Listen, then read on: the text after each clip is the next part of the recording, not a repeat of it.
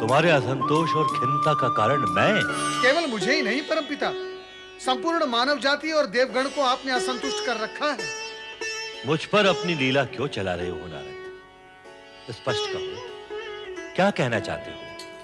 मैं आपसे केवल इतना ही कहना चाहता हूं परमपिता कि आप बिना विचारे कुपात्रों और राक्षसों को बड़े-बड़े वरदान दे देते हैं, जिससे ये राक्षस उद्दंड होकर वरदान की शक्ति का अनुचित लाभ उठाते हैं, देवों और मानवों पर अत्याचार करते हैं, न्याय नीति, दया धर्म, करुणा सत्कर्म, इन सब की तो अर्थ ही निकाल देते हैं।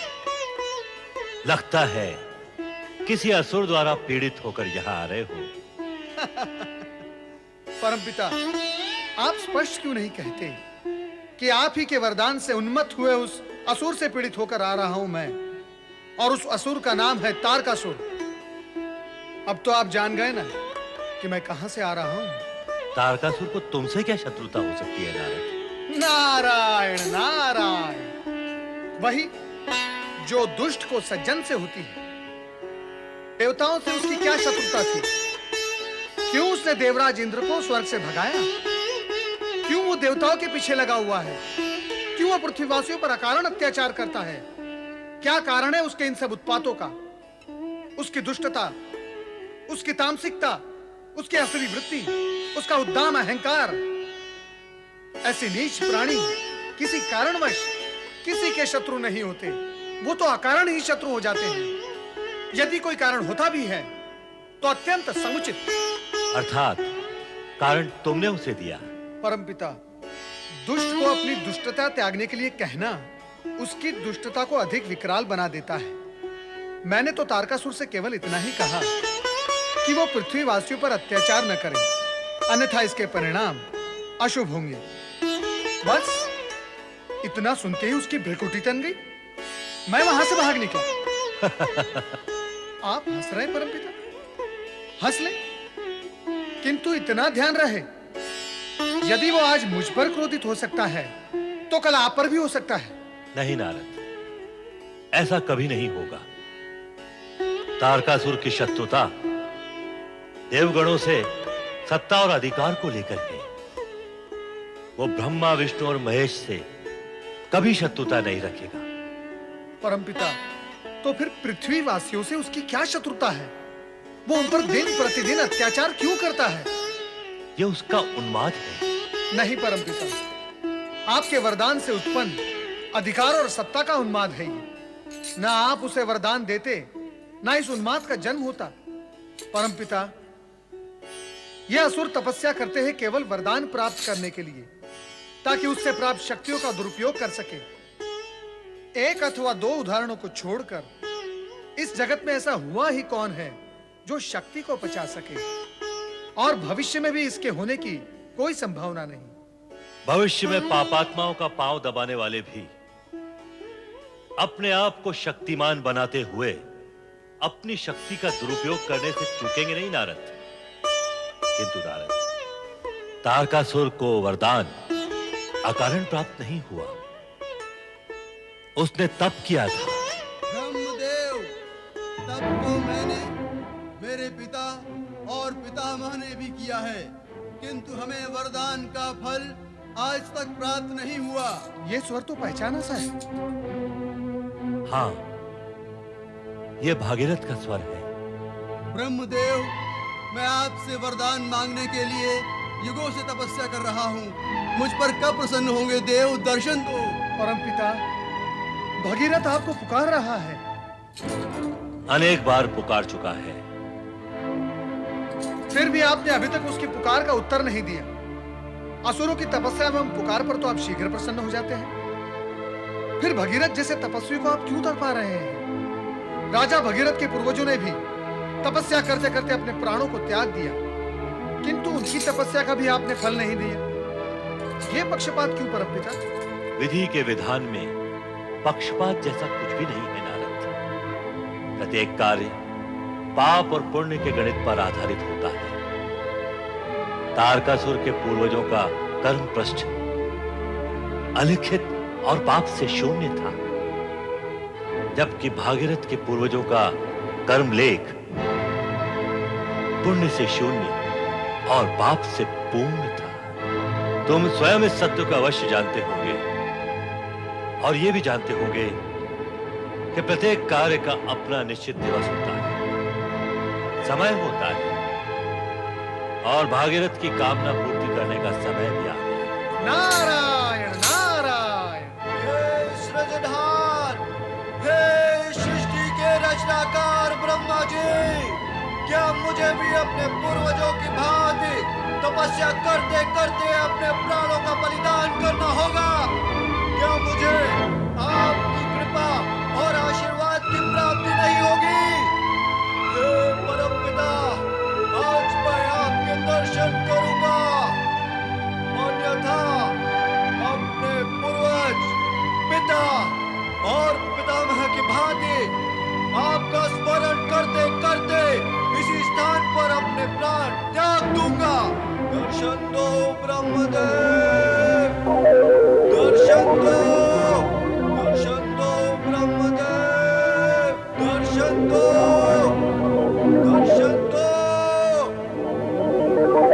दर्शन दो ब्रह्मदेव, दर्शन दो, दर्शन दो, दर्शन दो ब्रह्मदेव, दर्शन दो, दर्शन दो, दर्शन दो, अन्यथा आपका ये भक्त इस जगत से चला।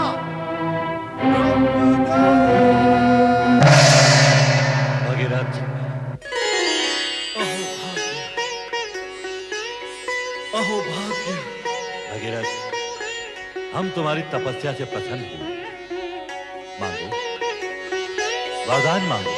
अहो भाग्य देव, अहो भाग्य, आपके दर्शन पाकर मेरे प्राणों में नवीन चेतना का संचार हुआ है प्रभु। आज विश्वास हुआ है कि मेरा जीवन सफल हो गया, सफल हो गया प्रभु, सफल हो गया। तुम्हारा तप सफल हुआ, किंतु ब्रह्मदेव, मेरे पितामह अंशुमन और मेरे पिता राजा दिलीप की तपस्या आपने सफल और सार्थक क्यों नहीं की प्रभु? उनका क्या दोष था, क्या अपराध था कि ना तो आपके दर्शन मिले और ना ही आपका वरदान प्राप्त हुआ प्रभु? उनकी तपस्या व्यर्थ क्यों गई प्रभु? ये तुम्हारा भ्रम है राजा भगीरथ। तपस्या कभी भी किसी की व्यर्थ नहीं जाती। ना तो अतीत में ऐसा हुआ है और ना भविष्य में कभी ऐसा होगा। तुम्हारे पिता और पितामह ने जो तपस्या की है वो व्यर्थ नहीं जाएगी। तो वो आपके दर्शन और आपके वरदान से वंचित क्यों रह गए भगवान? भगीरथ, यदि तीर्थ स्थल दूर हो और यात्रा लंबी हो तो उसे पूर्ण करने में समय लगता है। ठीक उसी भांति जैसे कि पाप की गठरी बड़ी और भारी हो तो उसे खोलने और बिखेरने में समय लगता है। मेरा अभिप्राय समझ रहे हो ना भगीरथ? नहीं ब्रह्मदेव, मैं कुछ समझा नहीं। प्रयत्न करो। ज्ञान और समझ से प्राणी सत्य के समीप पहुंचता है, और सत्य यह है कि पूर्वजों के सत्कर्मों का पुण्य और दुष्कर्मों का पाप उनकी संतान को प्राप्त होता है।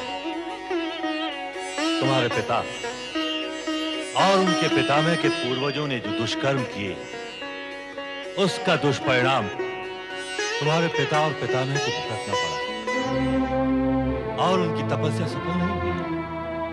कारण कि उनकी तपस्या से प्राप्त पुण्य पूर्वजों के दुष्कर्मों का प्रभाव मिटाने में ही व्यय हो गया।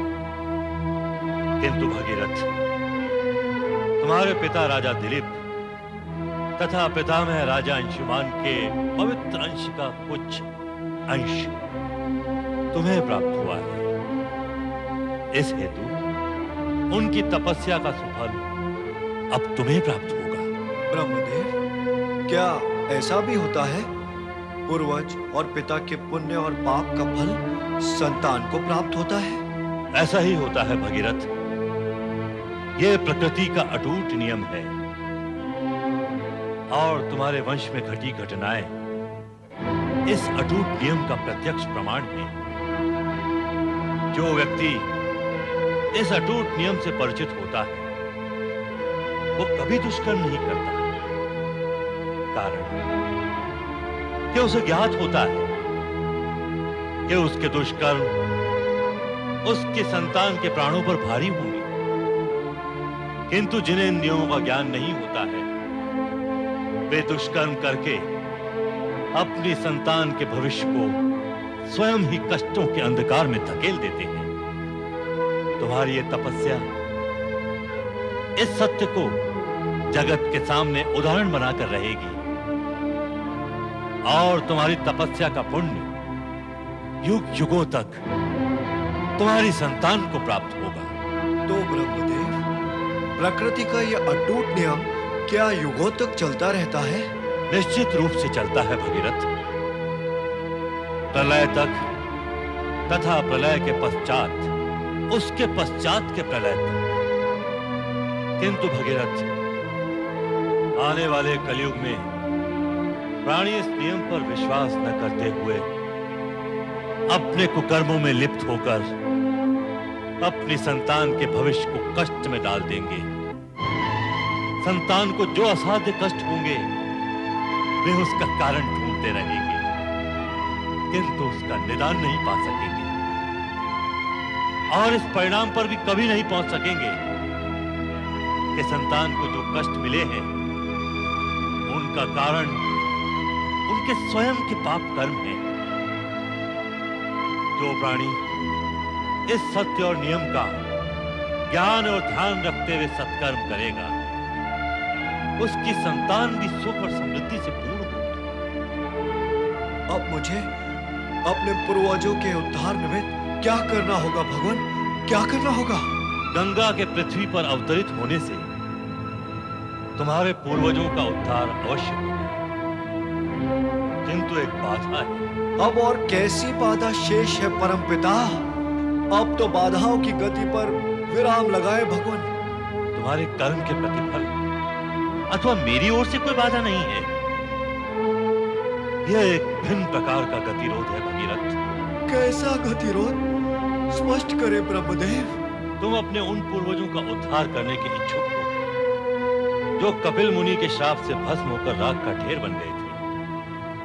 तुमने, तुम्हारे पिता ने और तुम्हारे पितामह ने मेरा तप किया। तुम तीनों ने ही मेरा तप करके मुझे प्रसन्न करने की चेष्टा की, पर तुम्हारे पूर्वजों का उद्धार तो गंगा के पवित्र जल से होगा। तो क्या अब मुझे माँ गंगा की आराधना करनी होगी? उत्तम तो यही होगा। ये भी उत्तम ही है ब्रह्मदेव। आप जगत के सृजनहार हैं। माँ गंगा स्वर्ग में वास करती है। सभी देव देवियां आपसे संबद्ध और आप ही में समाविष्ट हैं। आपके सम्मुख नथ ये मस्तक माँ गंगा की आराधना में भी नथ ही है। स्वीकार करे भगवान, मैं तो कोई अंतर या भेद नहीं समझ रहा परमपिता। भेद न होते हुए भी इतना स्पष्ट समझ लो भगीरथ कि गंगा श्री हरि विष्णु के चरणों में वास करती है। अतः इस विषय में श्री हरि विष्णु की आज्ञा आवश्यक है। उसके पश्चात मूल बाधा है गंगा के पृथ्वी पर अवतरण की। उसे इस पृथ्वी पर केवल भगवान शिव शंकर ही अपनी जटाओं में धारण कर सकते हैं। अतः तुम्हें सर्वप्रथम इस कार्य के लिए शिव शंकर को मनाना होगा। अवश्य मनाऊंगा ब्रह्मदेव।